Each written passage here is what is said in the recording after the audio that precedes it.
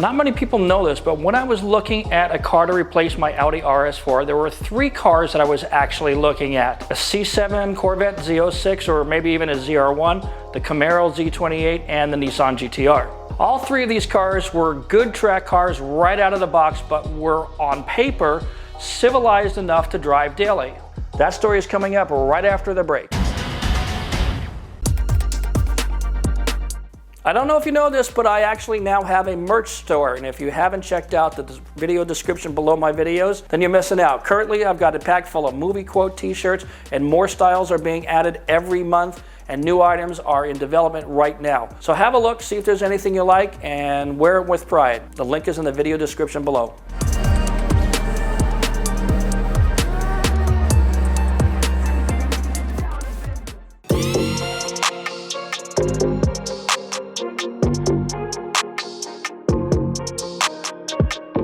And I know a lot of people think of me as more a Japanese car guy, but the truth is that I've owned several domestic muscle cars over my lifetime. A 76 Firebird for starters, a 67 Firebird, a 70 Camaro, which I never finished. Frankly, I hardly got started on that car.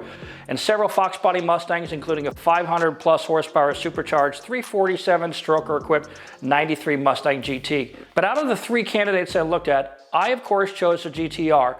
But when the opportunity presented itself, I took it and decided to give the Z28 another look, especially through the lens of someone who has now owned an R35 GTR for more than 7 years.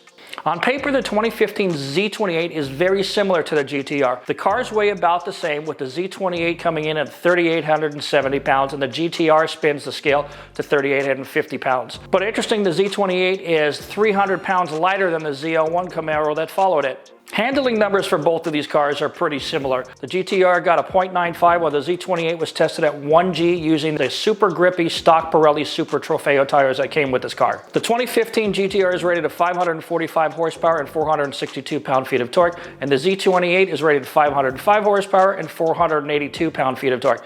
Very, very close specs. The Z28 stickered for around $75,000, and of course the GTR stickered at $109,000 for the premium edition.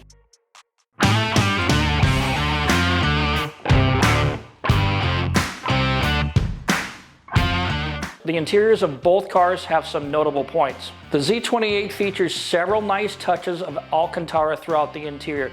The instrument bezels around the tach and the speedometer are a modern version of the classic 69 Camaro's interior trimmings, and very reminiscent of that car. The GTR has the PlayStation-sourced MFD multifunction display providing data on every performance parameter except maybe a gauge for the butt pucker. Back seats in both of these cars are utterly useless other than as a cushion parcel shelf and not much more. So don't plan on putting people in the back seat. Headroom is quite different in both the cars though, and with the Z28's low roof line, drivers over 5'10" will struggle to fit inside the Camaro if they're wearing a helmet. And of course, if you're going to racetrack, you're going to be wearing a helmet. So racing seats are probably in your future, despite the fact that the Z28 seats are very good. I'm just a touch over 6 feet and I have no problems with my GTR even with a helmet on, so I'm going to give the nod to the GTR in that category. Not important to most, but important to some. Rear visibility and side visibility in the Camaro are worse than the GTR, and the GTR doesn't really excel in either of those areas either, but the Camaro is noticeably worse, so you'll have to be cognizant of that, especially in daily driving. The Z28 has one transmission option, the 6-speed manual. It's a beautiful Trim-X 6066. It's a fantastic piece of kit, and the throws are short, crisp, predictable, and reliable.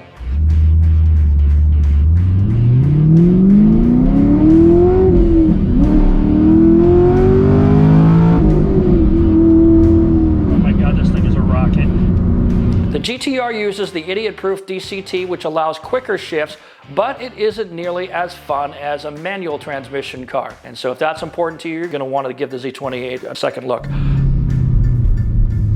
So today I'm driving the 2015 Camaro Z28. 7 liters, 505 horsepower, 481 pound-feet of torque.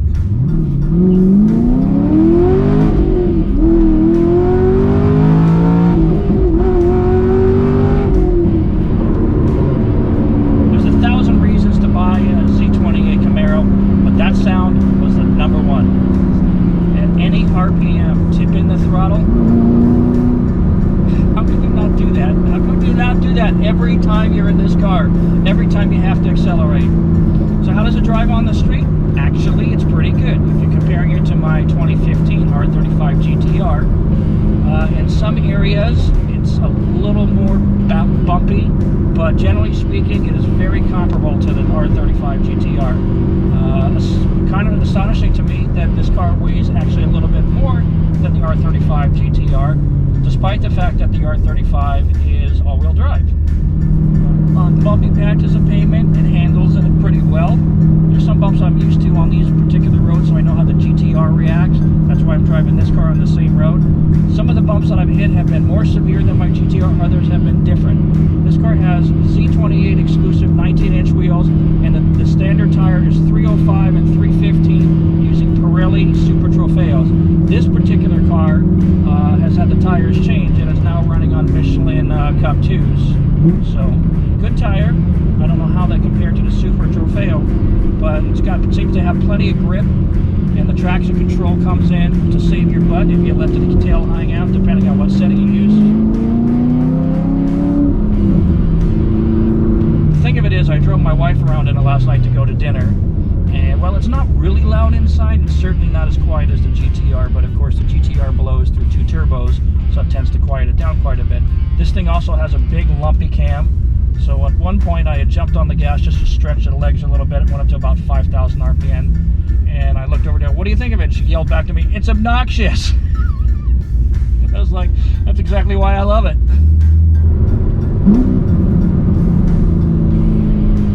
I find this car sounding so good that I try to rev match every downshift because it's glorious. But what this car is all about, it's all about the engine. It's all about the performance. It's all about the sound. It's all about the heritage. It's all about the legacy. It's happy with so much torque. It's happy just to putt around in 5th gear. I'm climbing a hill right now. I'm doing 50 miles an hour, no effort. So it's civil. You could drive it every day. I don't know why you would want to. My point is that if you have to go on a long trip, you could probably live with it for a few hours without any discomfort and retaining your hearing. On the track, both cars are very, very capable. The Z28 posted a 7-minute 37 lap time at the ring, a lap time set in mildly wet conditions, so figure 6 seconds quicker in the dry, makes that a 7-minute and 31 second. Not terrible. The 2014-2015 GTR non-Nismo lap time at the ring was 7 minutes and 19 seconds. So the cars are very close performance-wise. I mean, 10 seconds is a really big deal. The Z28, however, gets the nod with its carbon ceramic brakes, which is a first for an American muscle car.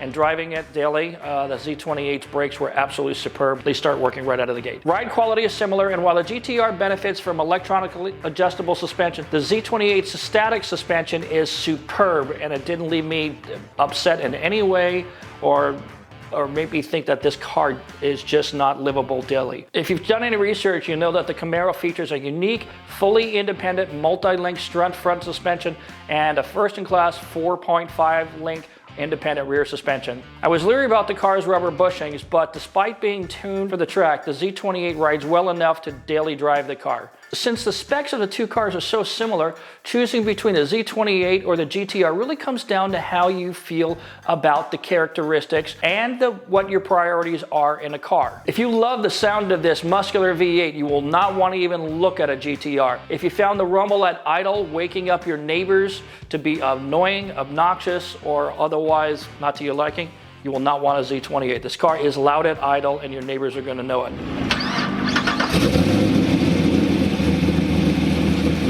If you like the fact that adding another 150 horsepower to your car is far easier and cheaper on a GTR, maybe the R35 is a better choice. But if you love the thrill of rolling gears, the Z28 is absolutely going to be your jam. For me, after driving the Z28 for the whole weekend, I realized something. I realized that the 25-year-old me would strongly prefer the Z28. It's just a blast to drive. Rev matching on the downshift, rolling through the gears, it's fantastic. But now that I'm in my 50s and I have experienced the advances in technology in sports cars over the last, let's say 20 years, 2 decades, or so. The Z28 throws me back to the F-bodies of the 60s and 1970s. The nostalgia part is desirable, but the rawness feels like a step backward, especially at this age. The GTR offered other creature comforts that were important to me in my car choice, things like USB ports, navigation system, CD player, and heated seats. I know that sounds silly, but when you get to be my age, maybe you think about that twice. One other thing you might want to know, it may not be important to you, but if you parked this Z28 at a car show, no one would look at it twice. I know this because I took the Z28 to a car show this weekend, and few gave it a second look, and almost nobody paid attention to the carbon ceramic brakes, which is a big thing on other cars. People just didn't care. Honestly, in my opinion, there's just nothing remarkable about the Z28 visually. The 6th generation Camaros are better looking, and with the availability of a supercharged version, that seems to draw more excitement to crowds. In that regard, the 5th gen Z28 is just like thousands of Challengers and Chargers that we see at car shows. They're like Camrys. They're everywhere, and they mostly look the same. Too plain on the outside to spark emotional responses, which is a shame. They're all fantastic cars. I guess it's sort of like bringing a Swiss Army knife to a samurai sword exhibit. The Swiss Army knife is a capable tool, but the samurai sword is a precision weapon designed to do just one thing, and it's also a piece of art. Still, there's no way you can deny how wonderful the Z28 is. Values will certainly go up in the coming years, and so if you already own one, I strongly suggest that you hang on to it. And if you want one, you better start thinking about picking up one quick before the prices really get crazy. This is a fun car, and with the headers and the lumpy cam, the Z28's V8 engine was one of the best sounding engines I've ever heard, especially at full sung. This thing sounds amazing, and this right here is why you love this car.